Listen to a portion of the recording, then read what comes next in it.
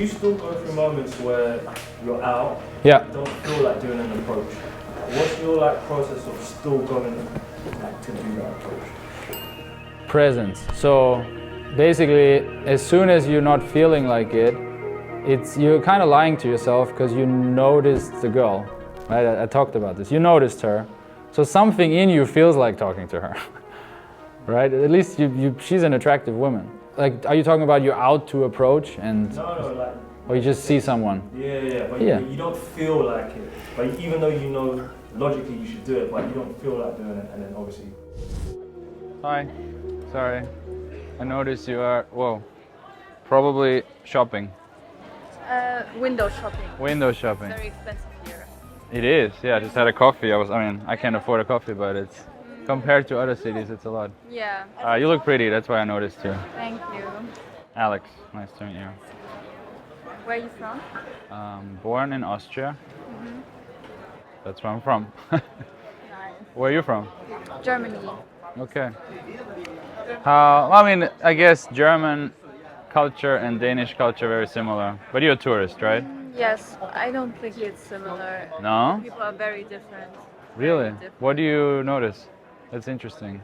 The style, the way they are to other people, they're much nicer Yeah.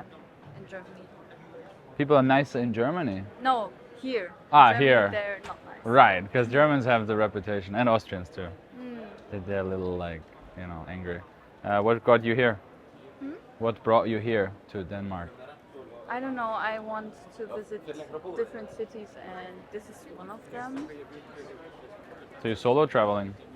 With my sister and my best friend, but They left you? Yeah. Why? What do you do?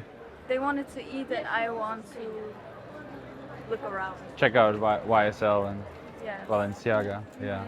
Okay. Cool. All right. Yeah, I'm just curious about Danish people as well. I was with a friend today. She's from Ukraine, so very Eastern. She moved here, which is very Western, for her boyfriend. And it's quite the transition. You know, like guys want to split everything, and she's used to being Ukrainian, so of course guys have to take care of stuff. But yeah, German and from that sense, German and Danish. I don't know. I live in the East a lot now. Okay. So. Do you like it? Yeah. Sometimes I'm in Dubai. Sometimes I was in Ukraine, Bulgaria. So yeah. Anyway, I'll let you go. What are you doing now? Having a coffee, chilling, going back to work. I work online, so I booked an Airbnb for a bit and hanging out. I have friends here as well, but they are at home. Okay. Yeah. Then I will let you do your thing. Exactly. I'll let you do your thing. Thank you. Okay. Have a nice wonderful day. day. You too. Bye bye. Could have closed her. She was a friendly girl. She was very open, German. Really not into her. You know, like I wouldn't want to sit across from her for an hour. I could close her on Instagram to make a friend. Maybe she lives in Berlin, and maybe I'll do a house party in Berlin next week because I will be there, and maybe blah blah blah. But I don't know. I just didn't feel the vibe. You start with high, like you basically lower the stakes, right? Because what happens then? You put so much value on that, on the outcome, of like, oh, I don't feel like walking up to a woman and doing the whole seduction thing, and da-da-da. It's like, well, maybe I should just say hi and bye. Like maybe I just say, hi, I noticed you, great style, have a great day, bye, right? Maybe the goal is not to get a number, maybe the goal is just to tell her what I noticed and let her go. And just to prove to myself that way, well, I can do that, that's cool. And then maybe that gets you in the mood to say more.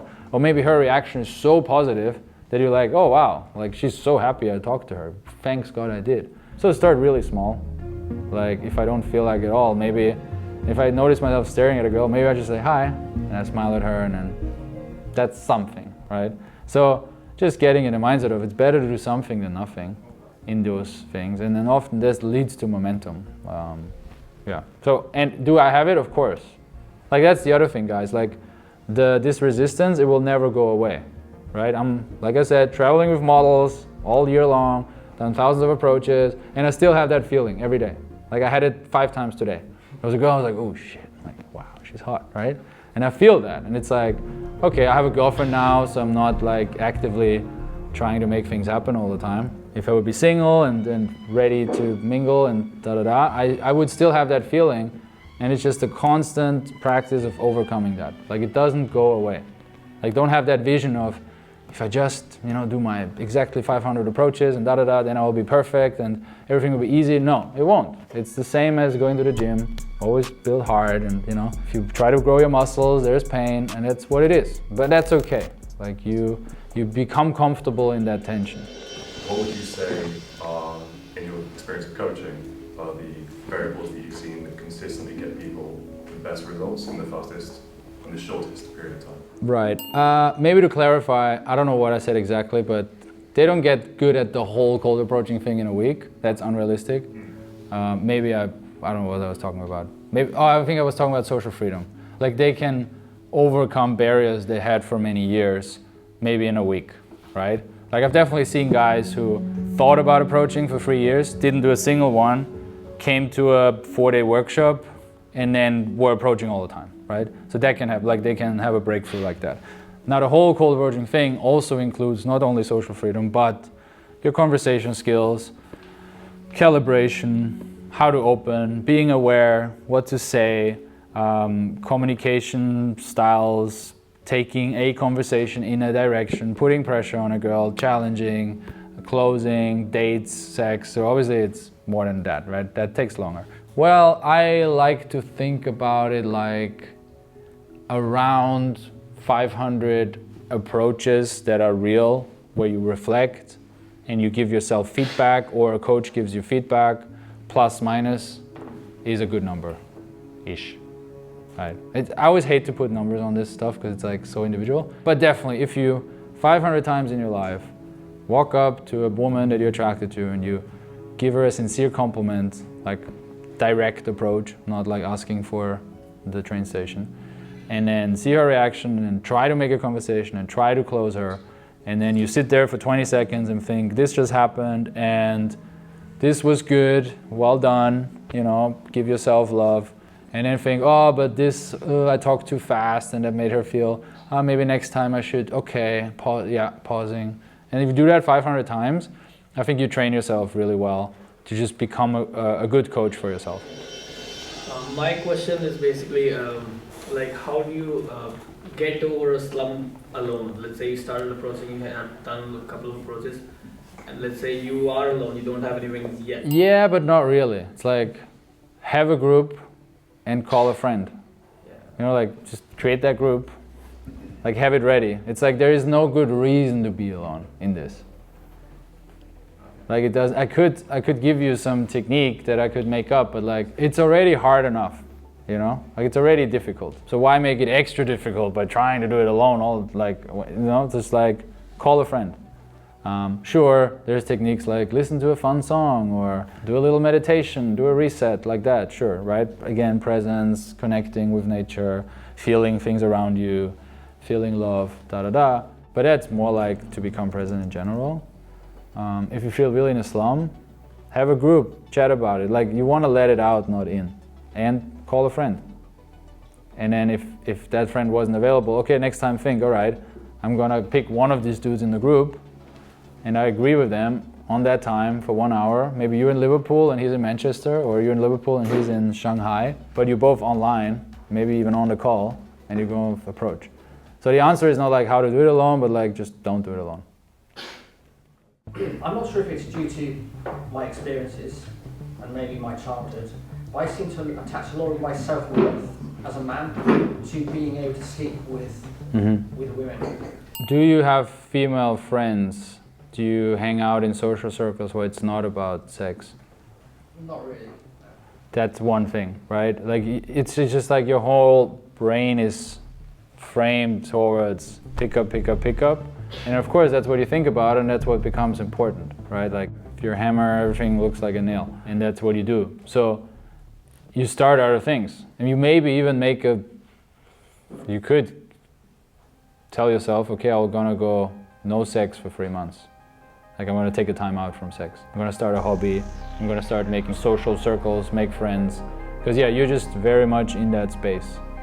Too much, right? And then that's the pickup phase, which is important for a while. but as you say, you get stuck in it. You want to find joy in having conversations with females that don't lead to sex, right? You need to learn that as well, to switch that off of the constant finding the way in. And I remember, I mean, we worked together. You come from a very gamey background where everything is technique and everything has like a solution, and if you put in the right code, you get the pussy in the end. And yeah, that's just not good. Like, you want to find joy in just being around women without needing to fuck them. So that's the one. And then the second, literally to give yourself a timeout, reconnect with yourself, start a hobby for you, do something that nobody knows about, you know, because yeah, otherwise it's too extreme. Like, there you go into balance. Like, you went hard in one direction, was important, but now you have to balance a little more, add other elements to your masculinity. Yeah. Good answer. And was there a second question? Yes, so how, in your experience, how common would you actually say that situation is where guys who attach all their self-worth? I don't know what Liam thinks. I don't think it's so normal. Not that normal, right? It's like the hardcore PUA guys are not that common. I would say most guys we work with, they wanna go from zero to something, learn about themselves, get a girl or hotter girls, and then eventually get a girlfriend, be happy. You know, I don't think it's, but you are you. You know, for you it's common because you think about it every day. So it doesn't really matter if it's common or not. You just should do what makes you long-term happy. Chasing pussy and sex definitely won't make you long-term happy. I mean, you can just listen to interviews, like Dan Bilzerian talks about it, right? He's the most access almost of anybody in the world. And he says it makes him empty. So you definitely have to be careful of that. And then therapy, understanding attachment styles, your behaviors there, your traumas, for sure, useful to know yourself and why this happens. Like, definitely recommended. Yeah, get a girlfriend. Commit to one girl, and then that is also a spiritual experience, because you're gonna then be with one girl and you're thinking, fuck, but I want to be with another girl. And it's like, you have to stop yourself, become present with her, ask yourself, why do I want to escape, right? I got the thing I wanted, and now I want this other thing all the time. Like, you have to ask yourself, what's wrong with me? Like, why do I constantly chase the next thing, the next thing? So it is a form of addiction. Committing to one girl is also, yeah, it's a lot of masculinity in there, a lot of growth for you. So that's your next thing. Like Liam said it well, like, you maxed out on one, you're only gonna get small percentage points better, but you have a lot of growth potential. Committing to a person and then really committing, not dumping her on the first chance.